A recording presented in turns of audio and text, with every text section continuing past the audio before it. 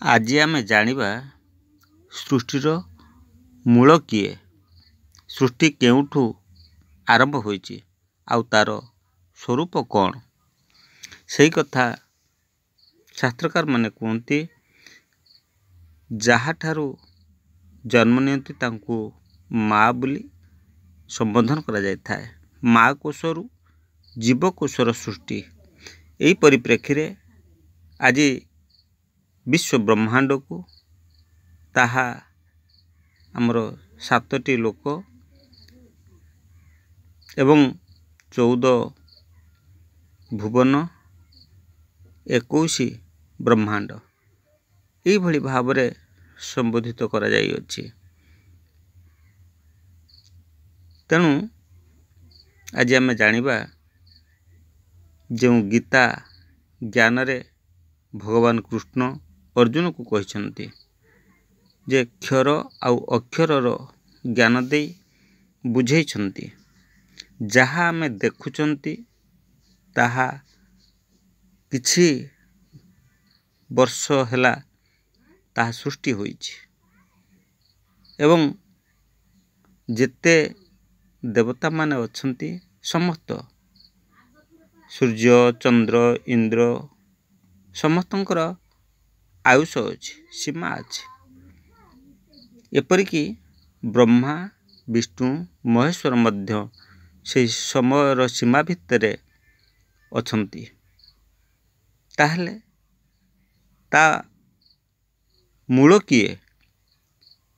ସେଇଠି ଭଗବାନ କୃଷ୍ଣ ଅର୍ଜୁନ କହିଛନ୍ତି, ଏମାନେ ତ କ୍ଷର ସରିଯାଆନ୍ତି, ତାଙ୍କର ସମୟ ସୀମା ପୁରିଯାଏ, କିନ୍ତୁ ଅକ୍ଷରର ପରିବର୍ତ୍ତନ ହୁଏ ନାହିଁ। ସେଇ ଅକ୍ଷରକୁ ଆମେ ଜାଣିବା। ସେଇ ଅକ୍ଷର ଟୀକାକାରମାନେ କହିଛନ୍ତି, ଭାଗବତରେ ମଧ୍ୟ କୁହାଯାଇଛି, ସମସ୍ତ ମନ୍ତ୍ର ମଧ୍ୟସାର ତ୍ରିଧାମ ବ୍ରହ୍ମ ଓଁକାର। ସମସ୍ତ ମନ୍ତ୍ର ମଧ୍ୟସାର ତ୍ରିଧାମ ବ୍ରହ୍ମ ଓଁକାର। ତିନି ମାତ୍ରା ଯେ ଏକାକ୍ଷର ଅକାର ଉକାର ମକାର। ଅକାର ଅକ୍ଷରଙ୍କ ମଧ୍ୟେ ଗାୟତ୍ରୀ ଛନ୍ଦ ବେଦ ବାଦେ। ବନ୍ଧୁ, ଆଜି ସେଇ ସବୁଥିରେ ଭଗବାନଙ୍କର ଗୁଣଗାନ କରାଯାଇଅଛି। ସକଳ ବେଦ ଉପନିଷଦ ରାମାୟଣ ମହାଭାରତ ଗୀତା ଆଦି ଆଦି ଶାସ୍ତ୍ରମାନଙ୍କରେ ସେଇ ପରମ ସତ୍ତାଙ୍କର ପରମ ବ୍ରହ୍ମଙ୍କର ଗୁଣଗାନ କରାଯାଇଅଛି। ସେଥିପାଇଁ କୁହାଗଲା, ସକଳ ମନ୍ତ୍ର ମଧ୍ୟସାର ତ୍ରିଧାମ ବ୍ରହ୍ମ ହେଉଛନ୍ତି ତାଙ୍କର ସ୍ୱରୂପ ଓଁକାର ଓମ୍। ଆଉ ସେଇ ଓମ୍ର ବ୍ୟାଖ୍ୟାନ କରି ଶାସ୍ତ୍ରକାରମାନେ 3 ଭାଗରେ ବିଭକ୍ତ କରିଛନ୍ତି। ତାହା ହେଉଛି ଅ ଉ ମ। ପ୍ରଥମେ ଯେଉଁ ଅ ତତ୍ତ୍ୱ, ଯାହାକୁ ଆମେ ଜାଣିଛନ୍ତି ଲକ୍ଷ୍ମୀ ସରସ୍ୱତୀ କାଳୀ ଭାବରେ, ସେ ହେଉଛନ୍ତି ବ୍ରହ୍ମା ବିଷ୍ଣୁ ମହେଶ୍ୱରଙ୍କ ରୂପରେ। ସେ ହେଉଛନ୍ତି ସ୍ୱର୍ଗ ମର୍ତ୍ତ୍ୟ ପାତାଳ ବା ସିଏ ହେଉଛନ୍ତି ତ୍ରିକାଳ, ଅତୀତ ବର୍ତ୍ତମାନ ଏବଂ ଭବିଷ୍ୟତ। 3 ଭାଗରେ ବିଭକ୍ତ କରାଯାଇଅଛି। ସେଇ ବ୍ରହ୍ମକୁ ଆମେ ଏଇଭଳି ଭାବରେ ବୁଝିଥାଉ। ପୁଣି ମଧ୍ୟ କୁହାଯାଇଛି, ଅ ହେଉଛନ୍ତି ସ୍ୱୟଂ ଗାୟତ୍ରୀ ମା। ଯେମିତି ଭାଗବତରେ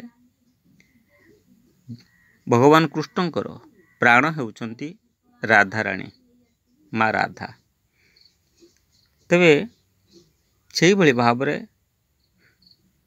ତାଙ୍କର କେଉଁଠି ହେଲେ ବି ବର୍ଣ୍ଣନା କରାଯାଇ ନାହିଁ। ଠିକ୍ ସେଇଭଳି ଭାବରେ ଆଜି ସବୁର ସୃଷ୍ଟିକାରିଣୀ ସେଇ ଅ, ସେ ହେଉଛନ୍ତି ମୋର ଗାୟତ୍ରୀ ମା। ଆଉ ସେଇ ଗାୟତ୍ରୀ ମା ଗୁପ୍ତ ଶକ୍ତି ରୂପରେ ସେ ଗୁପ୍ତରେ ଥିଲେ। ଗୁପ୍ତ ଶକ୍ତି ଗାୟତ୍ରୀ। ଆଜି ସେଇ ଗାୟତ୍ରୀ କଥା ଜାଣିବା ପାଇଁ ପୁଣି ଆମେ ଫେରିଯିବା ଗୀତାକୁ। ଗୀତାର 10ମ ଅଧ୍ୟାୟର 35ତମ ଶ୍ଲୋକରେ ଅର୍ଜୁନକୁ ଉତ୍ତର ଦେଇ କହିଛନ୍ତି ଭଗବାନ କୃଷ୍ଣ, ଛନ୍ଦସାହମ୍ ଗାୟତ୍ରୀ, ମୁଁ ନିଜେ ସ୍ୱୟଂ ଗାୟତ୍ରୀ। ଆଉ ସେଇ ଗାୟତ୍ରୀ ହେଉଛନ୍ତି ସମସ୍ତ ସୃଷ୍ଟିର ଜନ୍ମଦାତ୍ରୀ। କୁହାଯାଏ ଆଦିମାତା, ବେଦମାତା, ଦେବମାତା, ବିଶ୍ୱମାତା ମା ଗାୟତ୍ରୀ। ଆଉ ସେଇ ଗାୟତ୍ରୀ ମା ତାଙ୍କର ଦର୍ଶନ କରିବା ପାଇଁ ଆଜି ଆମେ ଯିବା। ଯାହାଙ୍କୁ ଗୋଟିଏ ମୂଳ ବୋଲି ଆମେ ଜାଣିଲେ ସେ ହେଉଛନ୍ତି ଏକମୁଖୀ ଗାୟତ୍ରୀ। ପୁଣି ମଧ୍ୟ ଗାୟତ୍ରୀ ମା ପଞ୍ଚମୁଖରେ ଶୋଭା ପାଉଛନ୍ତି, ପୂଜା ପାଉଛନ୍ତି। ସେଇ 5 କିଏ ନା 5 ମନ, 5 ବାୟୁ, 5 ପ୍ରାଣ, 5 ଇନ୍ଦ୍ରିୟ। ଏଇ 5 ଆମେ ଯାହାକୁ ଜାଣିଛନ୍ତି। ଆଜି ସେଇ ପଞ୍ଚମୁଖରେ ମା ମୋର ସେ ଶକ୍ତିକୁ କେନ୍ଦ୍ରିତ କରି ସୃଷ୍ଟିକୁ ଆଗକୁ ନେବାରେ ସହାୟତା କରିଛନ୍ତି। ପଞ୍ଚଭୂତ, ପଞ୍ଚପ୍ରାଣ, ସେଇ ପଞ୍ଚତତ୍ଵର ମାଲିକ ହେଉଛନ୍ତି ମା ଆଦିଶକ୍ତି ଗାୟତ୍ରୀ।